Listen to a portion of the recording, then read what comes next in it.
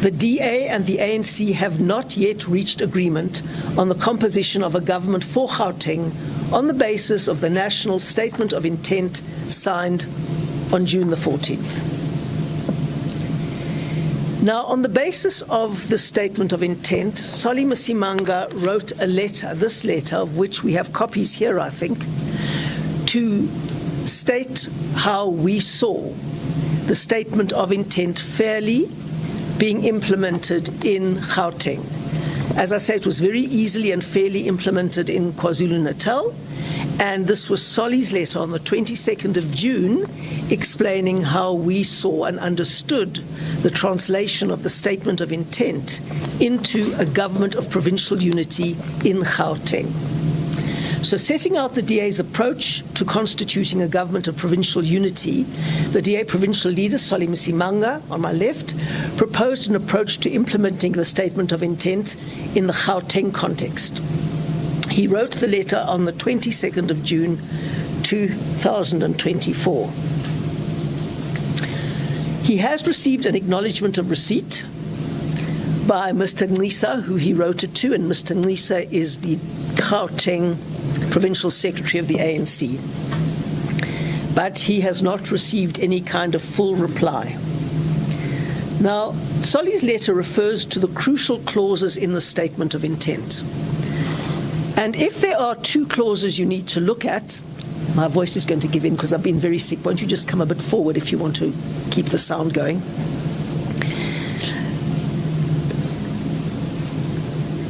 There are two clauses in the Statement of Intent, and they were Clause 16 and Clause 19. Can I have some water, Ray? Clause 16 and Clause 19. Those are crucial clauses in the Statement of Intent. Clause 16 defines the principles of proportionality, inclusiveness, and respecting the will of the voters in the outcome of the election. Those are three critical principles that underline the formation of a government. Now, that makes sense because you want to respect the will of the voters, which means you have to respect the outcome of the election. We have a proportional representation system, so proportionality is a very important component of our entire electoral system. And then we also agreed that we should try and look at inclusiveness. Now, the other clause was Clause 19, which defines the concept of sufficient consensus. Sufficient consensus is a uniquely South African concept that was coined at CODESA in those CODESA negotiations, and I'm old enough to have been at CODESA and here.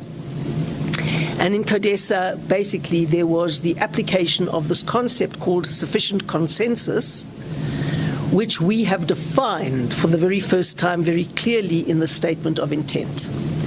So the proportionality clause, which is Clause 16, and the sufficient consensus clause, Clause 19, were particularly important, and Solly referred to those clauses in his letter to Mr.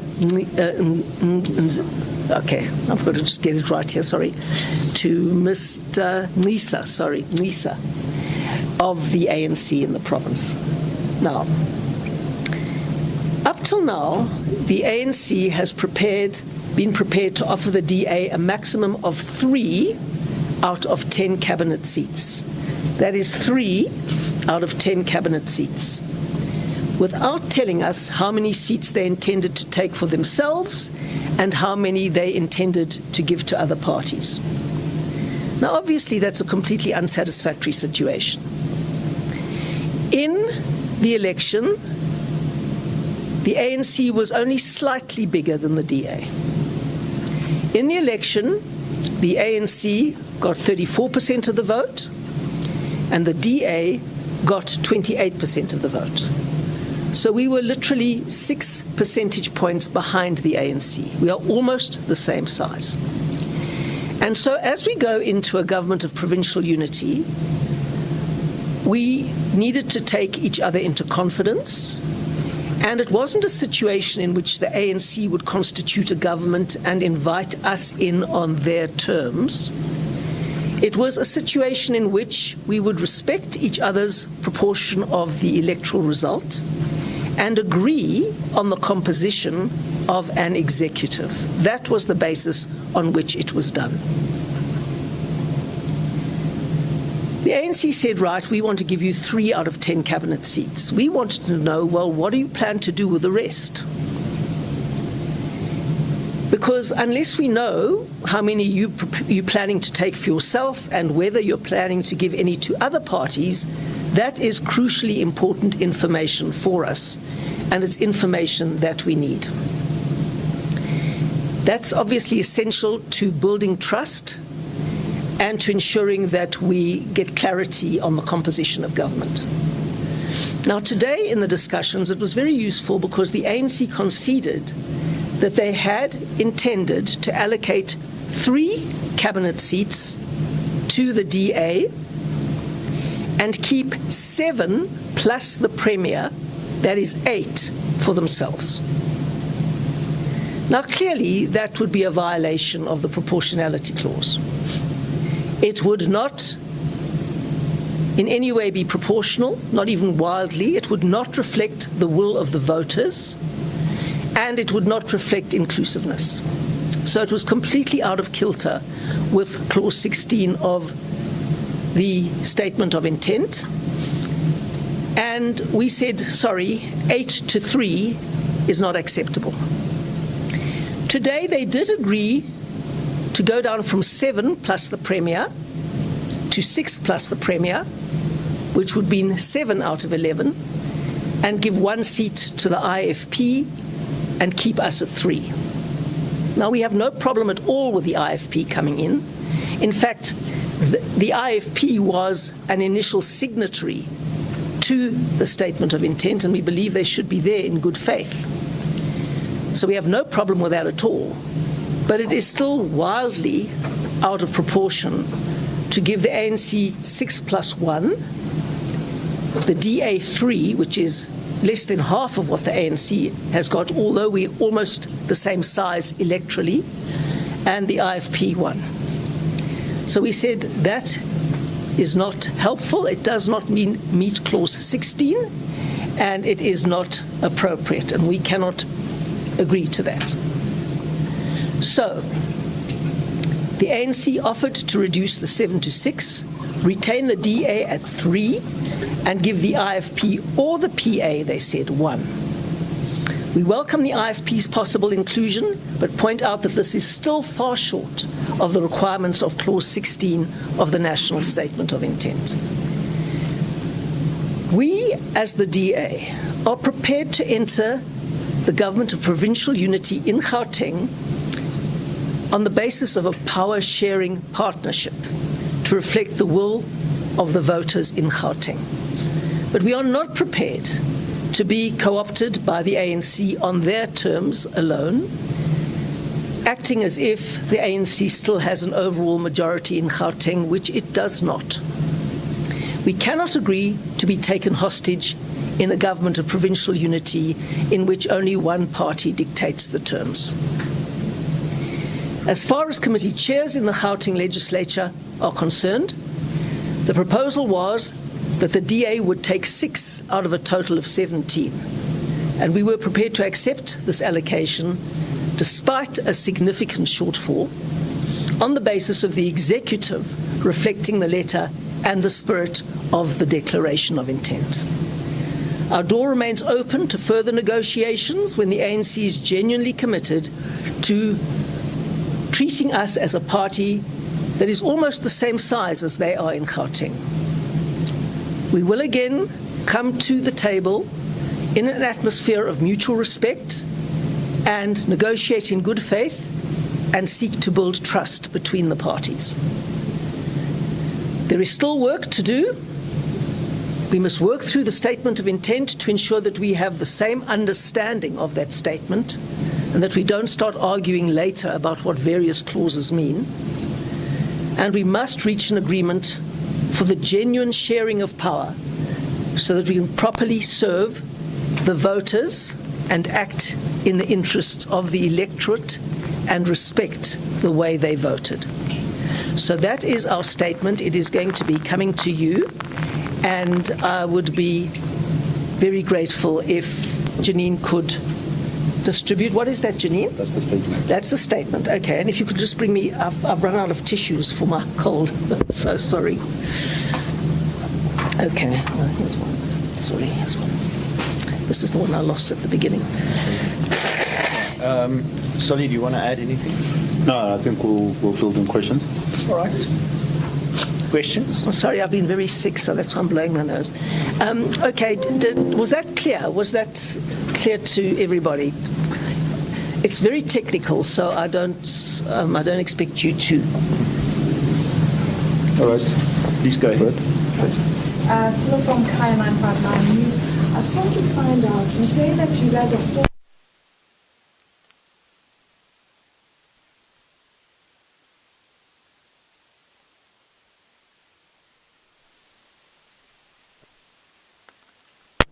The government hasn't ground to a standstill. We have to reach an agreement. In most countries with coalitions, they take a very long time to negotiate a government. In some countries, 3 months, in others, 6 months, in others, up to a year, and in one case, up to 2 years, but we don't intend inflicting that on Gauteng. So I will clear my diary and do whatever it takes to get back into a room where people are prepared to negotiate in good faith and reflect the will of the voters and the agreement that we signed on the 14th of June. So that means we have to get a fair share of government, and we have to ensure that we are not treated as an add-on, but as a respected partner that the voters voted for in significant numbers. Heidi? Heidi Jaffa from EMCA. Oh, that's Heidi. I just wanted to ask if this at all affects anything on a national level, seeing as though you haven't agreed on a provincial level. And then secondly, you keep mentioning that you are willing to get back into a room with the ANC to further negotiate. Did you get a sense that they are willing to further negotiate? And what would you do if the ANC forms a government in Gauteng with the other two political parties that they could form a government with? Look, we remain open to engaging with the ANC. Whether there was a sense that this is the end of the road, certainly from our end, we don't take it that is the case. But if it is the end of the road on their side, then it will be the end of the road. We will take our opposition seat, and we will see then what happens. How we engage going forward. If we're taking our opposition seat, is something that we will then communicate from a caucus perspective. We'll communicate with the media. There will be a full briefing on that, in due time. We are now giving everybody an update of where we are, and if the ANC sees the discussion to where we are as the end of the road, then obviously they will make that announcement, and they will then continue with government. And whether they're forming it with any other political party, we're still not clear what is the situation. We're only reporting on what has been said in relation to the conversations we were having with them. The national KZN impact. KZN, yeah. So the conversation from a national perspective, is still intact. Or the pact, if you like, or the agreement remains, as is. But as Helen has said, there are certain clauses that needs to still be ironed out, and there has been a commitment to then iron out some of the clauses that are coming from the statement of intent. But be that as it may, I can tell you right now that as things stand at this point in time, there hasn't been any adjustments on a national or at the provincial level, and this is where we are at this point in time. So just to make that clear, at this stage you can see Gauteng as a standalone in all of this. So the national and KZN deals or agreements are not dependent on Gauteng reaching an agreement. Further questions? Sir? I just want to find out from Ms. Mango, what would be the representation in terms of numbers across the board, the executive or the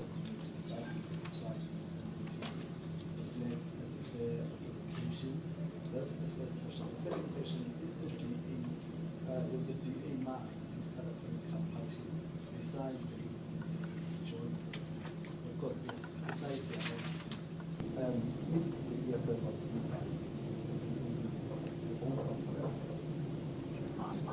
Okay.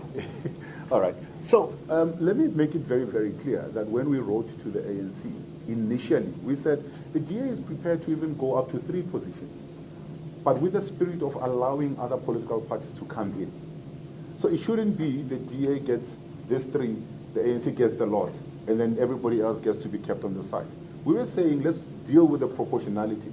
But given the fact that we were of the mind that you want to have inclusivity, we were prepared to then go. In fact, we said we'll go as low as 3, as long as on the other side, the ANC is also now willing to accommodate other parties. So you don't then say, I'm taking this as my own, and that's where it ends. And if there is anybody else to be accommodated, they will come from this, little share that is remaining. I think that goes against the spirit that Helen was talking to.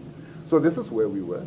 And we're still prepared to then engage with any other political party, as long as that political party doesn't go against the constitution or the rule of law, or wanting to work in terms of advancing, the service delivery in terms of stopping corruption and ensuring that Gauteng in this instance works the way that it's supposed to work.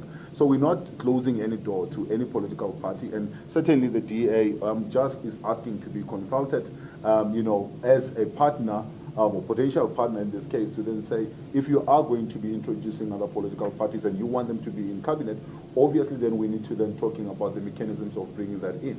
We also spoke about the possibility, because nobody has won elections. How do you then make decisions? And this is what we were trying to put on the table, to then say, what is the mechanism of decision making? And how do we then not become rubber stamping, body within the cabinet, to make sure that there is robust engagement, and when there is disagreement, there's mechanisms put in place to how you deal with those disagreements. That's what we've been putting on the table. But, at this point, it's just been about the numbers and the position, to then say, you get 3, we get 7, and, we'll see whether we're introducing one, and if we're introducing one, it will be this one or that one.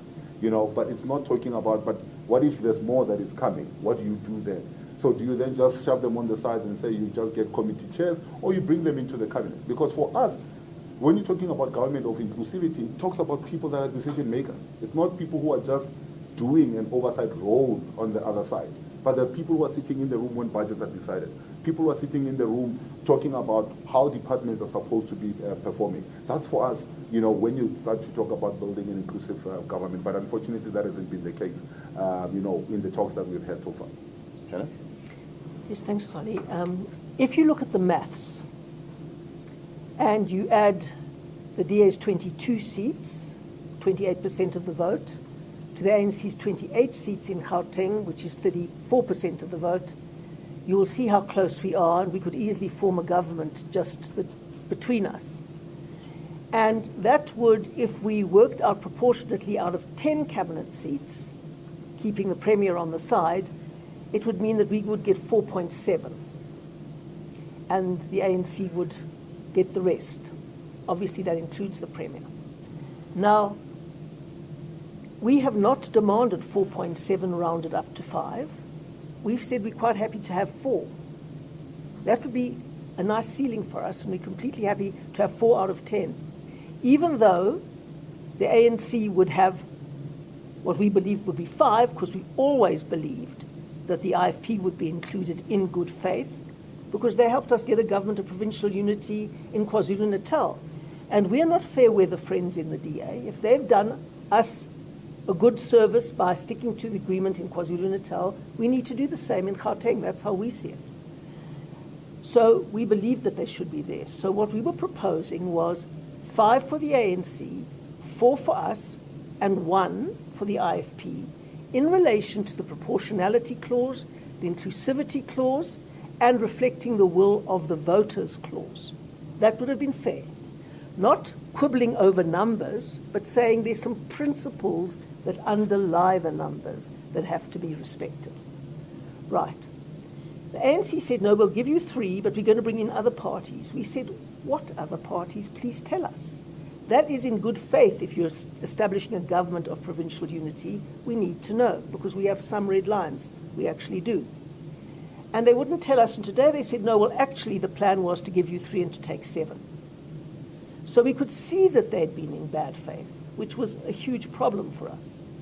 And then they said, okay, we can give now 1 to the IFP, but then you have to still keep 3 and we take 6. It doesn't work that way. There's got to be fairness. And it is very hard for the ANC to come to terms with losing power. I understand that. But they got 34%. They didn't get 50% plus 1. And that means that they can't dictate the terms. Yes, they are still the biggest party in the government of national unity, but we're not far behind them, and this has to be a power-sharing arrangement. This has to be an arrangement in which we respect each other. Now, Solly wrote on the 22nd of July to the ANC secretary in Gauteng and said, this is how we should do it. We should start with all of the positions. If you're looking at speaker and deputy, that makes it 13. Speaker and deputy and premier and 10 cabinet ministers. That makes it 13. On the basis of proportionality, you get 7, we get 6. We already agreed that the speaker and the premier would go to the ANC. That's a big concession, because really it should be 1 goes to the ANC and 1 goes to us. So we made a big concession to take it to the ANC and say, right, you can have the premier and the speaker, and we took the deputy speaker. Okay, so from those 13, the ANC's got 2 and we've got 1. And now we get to the cabinet, and they're 10. We said, all right, let's take proportionately. Plus the premier, you take 6, which is 5 cabinet seats plus the premier, because he is part of the cabinet, and we take 5. And then what we do is we each give up 1 to accommodate another party. So we want to bring in the IFP. The ANC gives us the first seat because it was proportional. Then we want to bring in another party. We give up 1 seat until it's inclusive. And Solly said that because the cabinet is limited to 10, we couldn't bring in more than 3 other parties without completely undermining the proportionality aspect of it. That was the fair proposal. The ANC never intended, in fact, as we found out today, to bring in any other smaller parties. They were using that as a smokescreen to hide from us the fact that they wanted 7 and they wanted to give us 3. Now, really, we cannot have the wool pulled over our eyes in that way. And that is, for us, extreme bad faith and would actually justify us closing the door. But we know that 28% of Gauteng voters voted for us, and they expect us to make a very big effort to have a proportional share in government to serve all the people of Gauteng and to represent the will of the voters, which we will do. But it's got to be done on a fair and respectful basis, reflecting the agreement that we signed. We signed an agreement. We take it seriously. It is a commitment. It's like a contract, and it has to be respected. And we have to, where there is confusion about the clauses, as, for example, there seems to be about the clause on sufficient consensus, because the person from the ANC who explained it did not explain it in terms of the clause that exists there. So we are entirely happy to enter into good faith negotiations, but not to have the wool pulled over our eyes. No, look, we are prepared to go into any government of provincial unity or national unity with parties that respect and defend the Constitution, and the EFF's not one of those.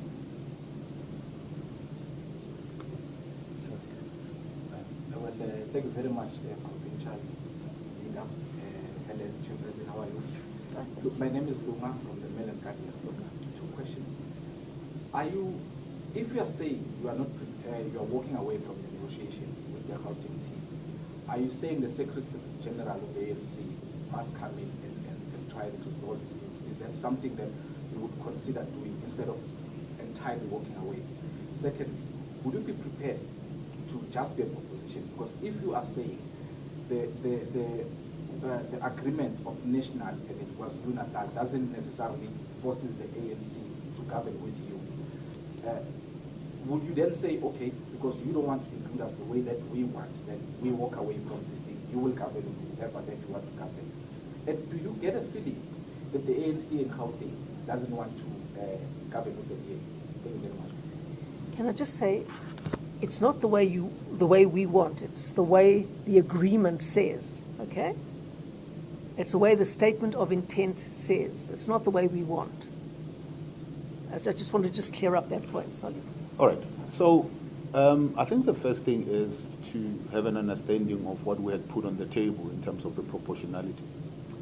And I must bring the public into confidence here and say the South African psyche is that push, get into something, and then 6 months down the line you get blamed for it. What would have happened if we now take this as is and we go into government, and anything that happens in cabinet that doesn't really reflect what we are trying to then achieve? 6 months down the line, the public starts having an outcry about lack of service delivery and all of that. We're going to be blamed to say you are part of this government. And you forget that we now got into this with very limited say in what happens in that particular cabinet. So that is where we're coming from. That's the first thing. What are we prepared to then do? We haven't closed the door. Helen is still engaging with the national leadership. Part of the national leadership was there today. They were in this meeting. The SG was in this meeting, but left halfway because as well we have reached broadly, the principles, and the spirit was that we would have continued with it until we reached consensus. But unfortunately, that has broken. When it got to the point where we then said, if you're looking at the statement of intent, it doesn't really talk to what is actually being put on the table, and the interpretation thereof. It's something that still remains a little bit of a concern. Now, what are we prepared to then do? We're prepared to then go and say, if we are willing to look at this and also be able to then find, the middle ground where, the numbers are changed slightly, because then we need to then ensure that, there's not an over-representation, of the ANC in this particular cabinet. We agree that, they can have, a majority number, but it doesn't mean that you have to have 2 for 1, as an example. You have to then find a balance there, and this is what we are proposing. If the ANC is willing to meet us on that, in that regard, we're willing to then, get around the table. But should that not happen, we will gladly take, the opposition seats. We will gladly, engage with them on an ongoing basis, on an issue-by-issue basis. It doesn't necessarily mean that we will be, jumping at the first opportunity to pass a motion of no confidence. I don't think the DA operates in that particular manner. We want to then ensure that there is a government that works. We hope to be part of the government that works. But if it means that we will have to do it from an opposition perspective, we will be gladly do that. So just maybe to add on that. So here in Gauteng, you have clearly said, and the DA has clearly said that they do not want to work with the EFF. If the ANC takes you to or agrees to the terms that you are speaking about, does it then mean in the municipalities that's what we are going to see? Because it would not make sense for the province, for the provincial leadership to work together while municipalities or regional areas are not working together. Would it be something that you're willing to discuss, to say maybe let's take them out and work together everywhere in Gauteng? And also, just lastly, my understanding is that they offered you 2 seats, or you demanded 2 seats of education and health. And that was the agreement when you went to vote for the premier in the legislature. Is that the position? No, I don't think when we went, and I don't know where that is coming from, when we went to engage with them initially, there was never even about portfolio allocation. It was about how do we deal with the issue of proportionality, because you have to agree on the numbers before you engage on the position. So we were not even at the position level as yet. So that's the first thing. The second part was that we were saying that let's deal with the province first. Let's deal with the issue of a national agreement. Once you have done that and the mechanisms are working, you can then say, remember, there is an intention to have a, call it the second CODESA if you like, where civil society and everybody else will be engaged, as had been said, to then say how these things are going to work going forward.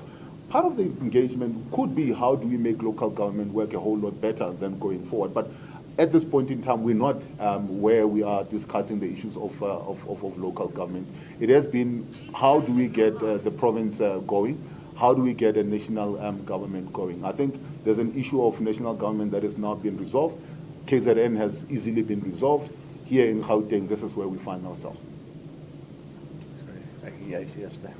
But I think from nature experience winter, it seems like it was a very frustrating day. What some of the reasons that the ANC is giving as to why they aren't moving or they aren't willing to give up some of these positions? Okay. Well, I'll surmise, I don't know for sure. Yesterday, the Premier, Panyaza Lesufi, was going to call a press conference to announce his cabinet. And he was probably going to say, this is what it is, and I'm leaving these 3 seats for the DA. Then Fikile Mbalula, the Secretary General, intervened and said no. And I happened to be in Gauteng for another reason, and I stayed over, and I came here today. And Fikile Mbalula was there, and we did have this discussion. And then it emerged that the ANC was going to announce 7 ANC people and 8 ANC people. That's Panyaza plus the 7. 8 and leave 3 for us, which was what we suspected, but it was confirmed today. Now, why is the ANC sticking on 8? Apart from the fact that I don't think they fully realize that the voters want power sharing. They don't want us to be co-opted. They want us to share power. They don't want us to become hostages of the ANC. They want us to be genuinely in power, not just in office. The second thing is that the ANC is very, very divided in Gauteng. And they need to put together an executive that takes account of all the various factions and put them together. That is my surmise. And that is why they need to have enough places to satisfy enough people. We're having a similar challenge currently in Parliament, and I'm not here to talk about Parliament, but we also need a fair allocation of various house chairs and other things in terms of the statement of intent. We cannot be rolled back on everything as if we are some kind of useful crutch to keep the ANC in power. We're a party in our own right with a mandate from the voters that intends to execute that mandate in a power-sharing arrangement. And that is our commitment to the residents of Gauteng, who voted for us in very large numbers, and we will fulfill that commitment, and we won't allow the wool to be pulled over our eyes. Heidi, and then I'm going to do the serve the back. It's Heidi Jacobs from ENC again. I just want to ask in terms of at what point does the DA walk away? Is there a condition? I mean, I asked this question to the PA on Sunday, and they said if we don't get a post provincially or nationally, we're out. Is the DA thinking about that here in Gauteng?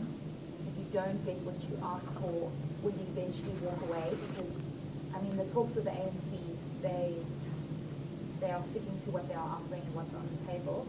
And Sally, I asked you this morning, and you said you don't want to get into it, but I'm going to ask you again. What did you ask for? You said you don't want to speak about the portfolios, but are you able to tell us which portfolios you actually asked for? Okay. Sol, you go first. All right. So I think Helen will talk about the walking away part. Let me respond to what we were proposed, because in the negotiations you don't stamp your authority. You propose, there's a counter proposal, and you take it from there. What we said is that we're looking at the Department of Infrastructure Development, DID. Ideally, we would have loved to incorporate that with COCTA for a number of reasons. You're looking at municipalities that are falling apart. You're looking at infrastructure that is falling apart. Therefore, you want to then start coordinating the working of the infrastructure from a provincial perspective, but working with municipalities. That's why you would want that. And this is what we thought that would be able to then bring in some impact in that regard. We said we would look at education or health, not both, that one or that one. And we said then the other one which we would look at was economic development, or no, transport. We were looking at transport, and then we were also now looking at economic development, which would have also included agriculture as well, as alternatives to that. So we didn't come and say, you give us this position or we walk away. We said these are the proposals that we would want to then put on the table. What did the ANC offer you? Did they tell you which positions? We were not there yet. So they didn't say transport? We were just told, give us 3 names and we'll take it from there. Yeah, and you see, that's the problem, if I may say.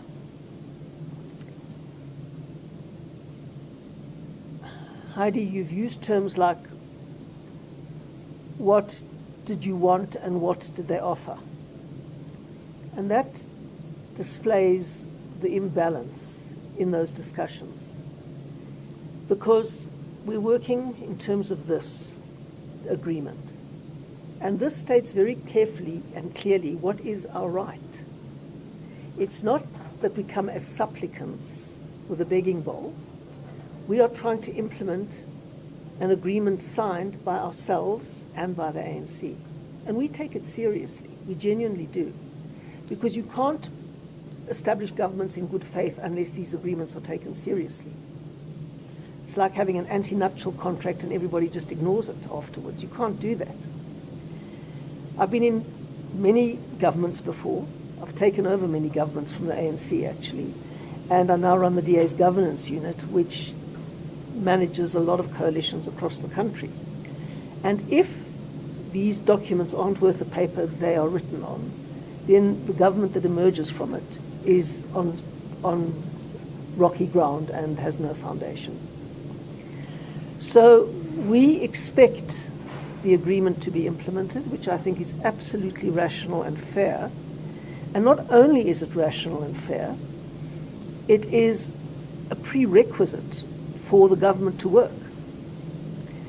So we are saying clause 16, proportionality, reflects the outcome of the election, and inclusivity is important for us.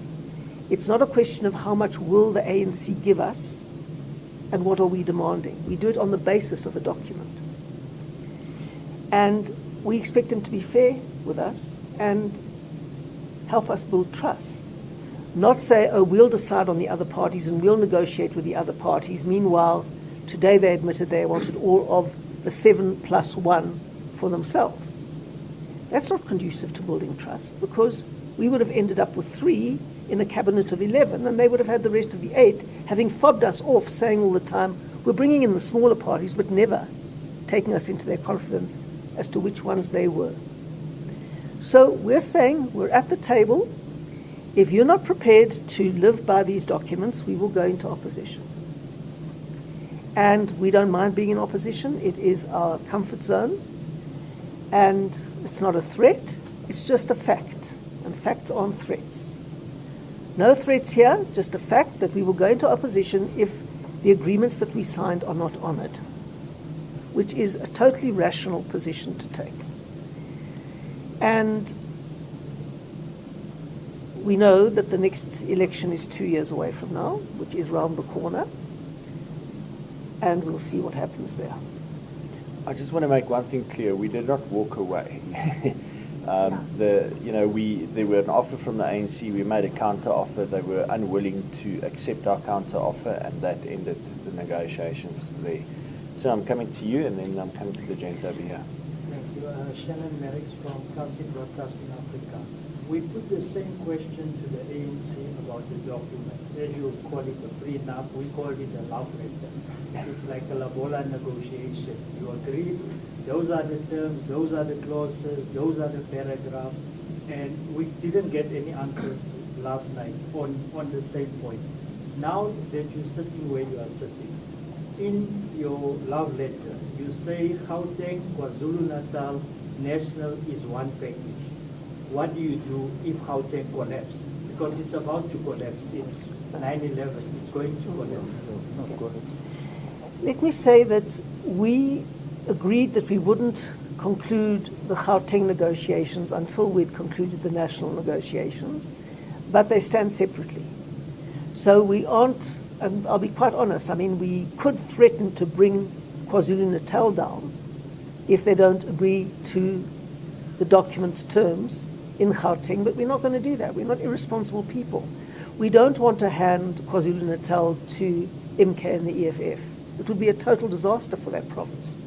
So we're not about to do that. There are other levers that we're going to use. Obviously there are. But we're not going to say the people of KwaZulu-Natal can be thrown to the dogs. Not at all. And we are also going to say that unless we have a respectful settlement in Gauteng, we're not going to sit and do negotiations around the reconstitution of all the metros like Ekurhuleni and like Johannesburg and like Mogale City. Because we have to build a basis of trust with the ANC. And they must tell us the truth, because we have to be partners in a government of provincial unity. It is not a situation in which they tell us what to do and we meekly accept it. Sir? I'm speaking from the SEC. I would like to know, because we need to reach an agreement with the other provinces. So in Gauteng, is the ANC and the DA only disagree about the proportionality or that's all? I think the disagreement here is where you started, because that's the base. So you're not at the space where you're talking portfolios and positions. It's at what is proportional representation. So I think that's where we got stuck. In KZN, by the way, the ANC proposed that they use proportionality. The IFP was a little bit uncomfortable with it. We persuaded the IFP to go with it. And this is why it was then dealt with so speedily that they're able to then find each other and they're able to then form government. The same principle was actually even reached at the national level. This is why you ended up having this. So for us, then it becomes a stumbling block, if you like.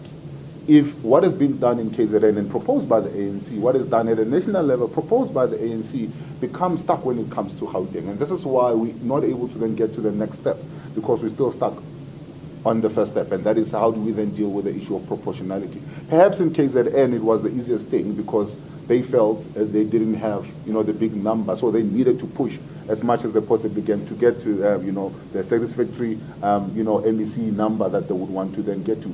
Be that as it may, it's okay. But it was the principle that we agreed to. At a national level, it was the principle that we agreed to.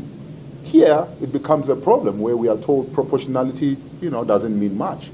But how do I go and say to the voters that have given us 28% that you have to settle for 2 positions in the cabinet, while the second biggest party is only bringing in 34%, while there's only a 6% difference between us. But if you're looking at the allocation of seats, then there's a vast difference in that.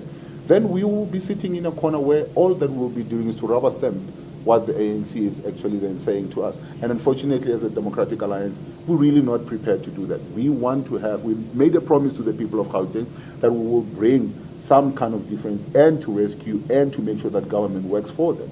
And therefore, if we are going to do that, and the mandate from the residents is that go form part of government and have a voice in that, therefore we need to then find each other in that. And this is what we've explained to the ANC. And we said respectfully, are we able to then find each other? Respectfully, are we able to then take the spirit of what the voters have said? So if you take the spirit of what the voters have said, you can't say I'm taking 80% of the power, I'm giving you 20%. And then we will not even have mechanism in terms of, when there's disputes, how do we then deal with those disputes? Because then all I'm coming to do is to then rubber stamp your decision. Then, for me, then it would have been a waste of the 28% that we got from the people of Gauteng. And remember, the 28% is 45% of the combined DA and ANC total. Does that make sense, everybody? Yeah. All right. Anybody else? Okay. I'll go 2 more questions.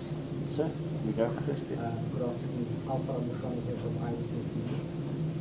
In the legislature, Gideon Check of the DSP was appointed or elected deputy speaker on the day that the premier was elected as well. And of course, if you do walk away from this, already it means that she stands to lose a position in the legislature. How do you feel about that? Possibly losing a deputy speaker role in the legislature. And number two, I assume that you watched the briefing yesterday with the ANC.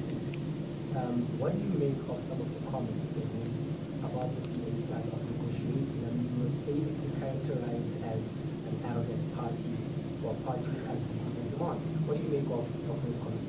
Thank you. All right. We are going to have a caucus conversation in terms of what happens with the position that is currently there.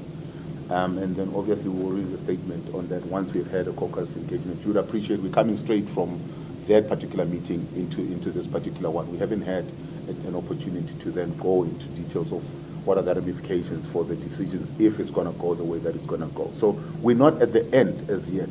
So you can't make a decision as if you are at the end until and at such time as the ANC says we are at the end. Then we'll take it that we're at the end. Then we'll make a decision on that.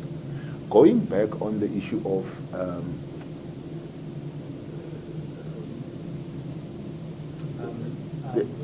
yes, being characterized. Look, if there's one thing that we'll never do is to stoop to low levels of name calling. I don't think that is good. I think that is very much embarrassing. We're not going to do that. But I'll give you the facts. You are called into a meeting to then say, come, let's engage and negotiate. You go into a meeting, you put your proposal in writing. You are given a proposal on the fly. Somebody sitting there and says, I think I can give you one.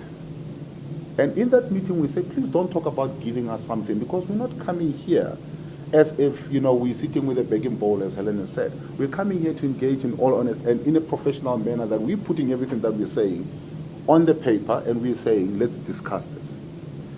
You continue to then say, well, I'll up my offer by 2, just like that. And then when we then put something to you back in writing, you then say, okay, let me go and engage my executive committee and then I'll come and talk to you. We agreed that, okay, this is what is going to happen. A proposal that has been put on the table is going to be discussed. And there will be a follow-up meeting by 4 o'clock in the afternoon. That is yesterday, by the way. By yesterday, 4 o'clock, nothing came to. We never got a call. We never got a love letter, as the gentleman is calling them. And by 5:30, do we get a media statement that's saying there's going to be an announcement at 7 o'clock? Now you tell me, A, who's negotiating in bad faith, but B, who's behaving like a bully? Because a bully says, well, come kicking or screaming or, go to hell. That's somebody who's negotiating in bad faith. We don't do that. We came, we put everything that, we needed to put in writing on the table. And as part of the negotiations, you then say, I don't agree with this, I don't agree with that. And then you then engage and behave, accordingly. But we're not going to stoop to levels of name calling. We're not going to stoop to levels of characterizing people as spoiled brats and all of that. We are serious about running government, and I think it will also reflect in how we behave ourselves here and how we engage in the conversations as well. If somebody wants to then behave in a manner that represent what happens somewhere else, not in a serious setup, then it is for them to then answer, not for us. May I just add to that? Arrogant has become the ANC's favourite word.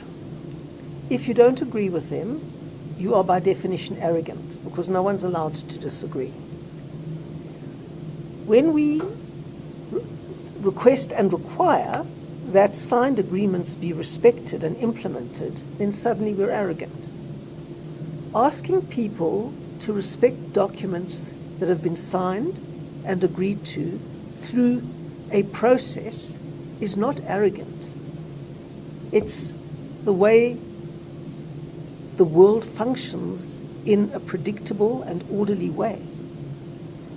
And all we are asking for is agreements to be respected and to be treated as partners and not as supplicants. We understand that the ANC is slightly bigger than we are in Gauteng. It's the third biggest party in KwaZulu-Natal, but it is the biggest party still in Gauteng. And we respect that, and we will recognize that in implementing the agreement. But equally, we expect to be recognized as the second biggest party, not far behind. And we need a respectful interchange. We don't go to the media and say things about the ANC as, for example, they said about us last night. We come in a respectful tone, referring to the documentation that's been signed, referring to the expectations that are legitimate of our voters, and looking forward to ensure that when we're in government, we are not just in office, but that we have some power in proportion to the votes we bring to the government of provincial unity. That is not arrogant. That is decent and respectful, and in fact expected by the negotiated settlement. Last one? No, that gentleman is going to have the last one. Basically, the question about do you feel as the DA that negotiating with the provincial leadership of the African National Congress is not getting you anywhere, and you would like the leadership of the party to intervene and to negotiate with them rather than the provincial leadership? And the other one was, do you have a feeling that the Premier does not want to work with the DA? Thank you very much. Well, I'll gladly answer that.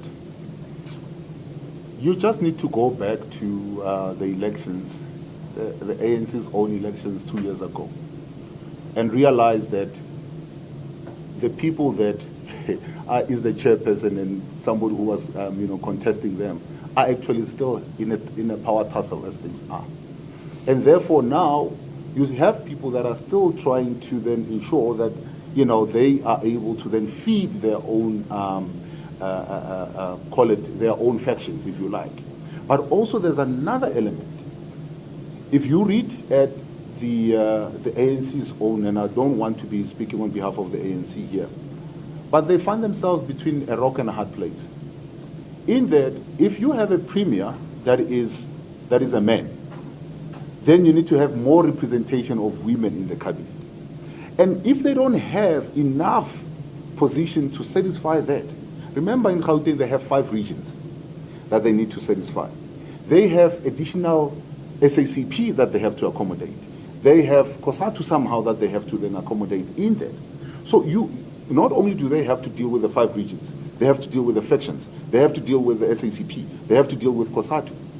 So they must then answer that, to then say how much of this is a factor in terms of the decision and that they're taking and how they're not willing to then move. I mean, if the DA was willing to move up to 3, when you're looking at proportionality, what is given on the other side? That's the question that should be asked, but we're not getting there yet. I think that was, whether, we do believe that there is a bit of political or internal political game or internal political ambitions that have been answered to yes. So this is what is actually then happening, or well, according to my own understanding and of what is the lay of the land there. And whether that means that, getting somebody like Fikile or the national guys to then come in and deal with the situation. They went and dealt with the Northwest. Because Northwest, with its own, and as much as they were on their own, forming government, they couldn't agree on how, the portfolios are to be allocated and who's going to be in the cabinet and all of that. The Thuli House had to intervene because of the factions that were taking place there. So I think if there was and I'm not saying the ANC at a provincial, at a national level are not talking to each other. That is not for me to then, respond to.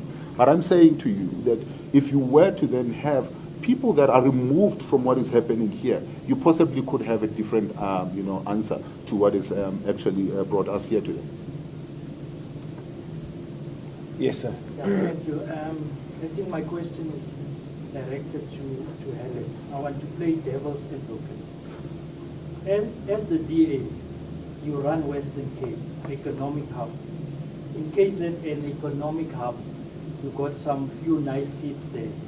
In Gauteng, 3 seats will put DA into the top 3 economic hubs in South Africa. So 2030, as the FedEx, you'll be happy, you'll smile. So that's the one side of the coin. The other side is for the ANC now. They've lost their 39%. So if they can keep Gauteng by hook or crook, I'm playing devil's advocate, they maintain one economic hub, which is basically Gauteng. So don't you think for them, even on the metros, because they already have agreement with other parties, for them, this is not about Lesufi. This is about the ANC as an entirety. To blame one person in a structure is neither here nor there. But don't you think they have much to lose to give you those 3 seats, MECs, irrespective whether it's sanitation, whether it's whatever. But then you're in charge of 3 economic hubs in the country. Okay, thank you for that. Lesufi isn't a problem. You know, we're not blaming anybody. We're not blaming anybody. And let me just clarify one thing. This is not about carving up South Africa and saying one for you and one for you. This is about saying, what did the election result tell us? This is about the choice of the voters. If the voters don't vote for the ANC, we can't say, oh, well, we feel sorry for you, let's give you one economic hub.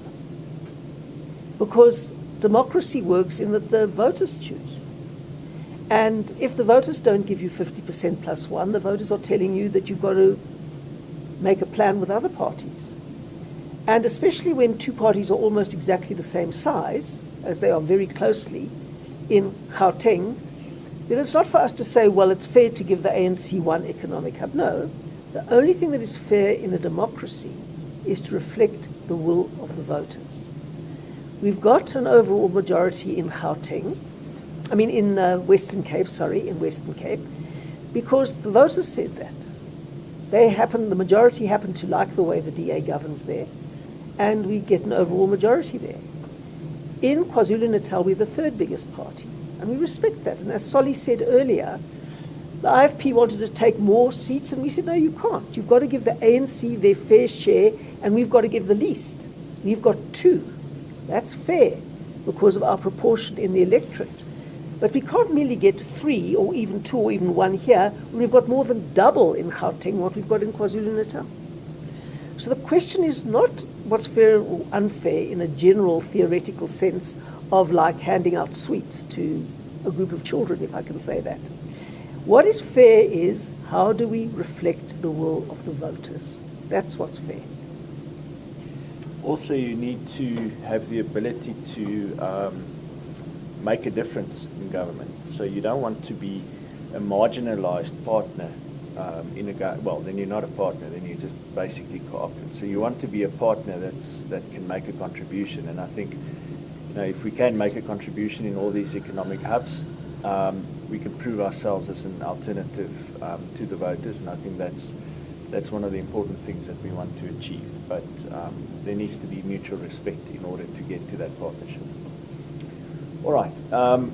Apologies that we started slightly late. Thank you very much for your patience, and thank you very much for your attendance. We really appreciate it. You're obviously welcome to engage with any of the leaders here one-on-one if you should wish to do so. Thank you very much, and that concludes the formal part of this conference. Thank you. Yes, thank you very much indeed. Thank you, everybody. Notice.